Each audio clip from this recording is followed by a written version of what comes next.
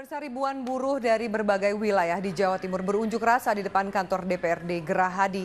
Mereka menuntut pemberlakuan upah minimum sektoral. Untuk laporan selengkapnya kita bergabung dengan reporter Jonathan Pratama dari Surabaya. Ya, Jonathan, bagaimana jalannya aksi buruh hingga saat ini? Silakan. Baik, Alfiani, memang beberapa saat yang lalu hujan deras mengguyur kota Surabaya. Akan tetapi semangat bagi para buruh untuk menuntut suara mereka, yaitu tentang upah minimum sektoral, masih semangat dilakukan. Dan hingga saat ini buruh masih bertahan di depan Gedung Negara Gerahadi untuk melakukan orasi dan melakukan tuntutan mereka, yaitu menuntut upah minimum sektoral yang saat ini tidak diberlakukan di Jawa Timur. Dan memang beberapa saat yang lalu sekitar pukul 11:30 massa buruh dari daerah Sidoarjo dan Surabaya datang melakukan long march dari arah Jalan Panglima Sudirman untuk menuju di depan Gedung Negara Gerahadi Surabaya. Sempat terjadi insiden kecil ketika para buruh hendak menutup seluruh jalan menuju Gedung Negara Gerahadi hingga polisi berusaha untuk membawa mereka ke pinggir jalan karena kondisi long march ini menyebabkan beberapa ruas jalan di kota Surabaya menjadi macet.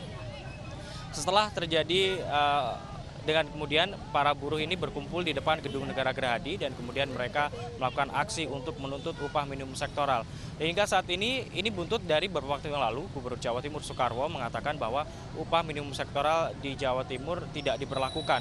Padahal di beberapa daerah di Jakarta, di Jawa Barat, di Banten telah diberlakukan upah minimum sektoral. Dan berdasarkan Undang-Undang Nomor 13 Tahun 2003 tentang Ketenagakerjaan, Pasal 89 ayat 1 poin B menyatakan bahwa memang setiap buruh ini berhak mendapatkan upah minimum sesuai dengan sektor mereka masing-masing.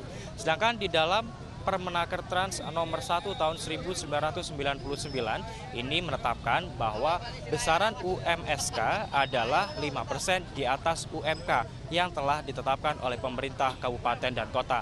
Hingga saat ini baru 2 daerah saja yang mengajukan draft UMSK mereka, yaitu daerah Kabupaten Mojokerto dan Kabupaten Pasuruan, yaitu mereka menentukan besaran UMK sebesar 5-15% untuk pada 3 bidang. Padahal dalam besaran UMSK ini ditentukan ada sekitar 10 bidang, antara lain adalah bidang industri media, industri perbankan, dan juga industri elektronik.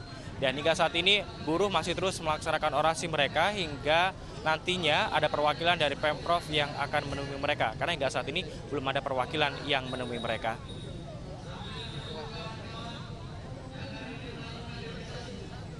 Demikian Alfiani, kembali ke studio.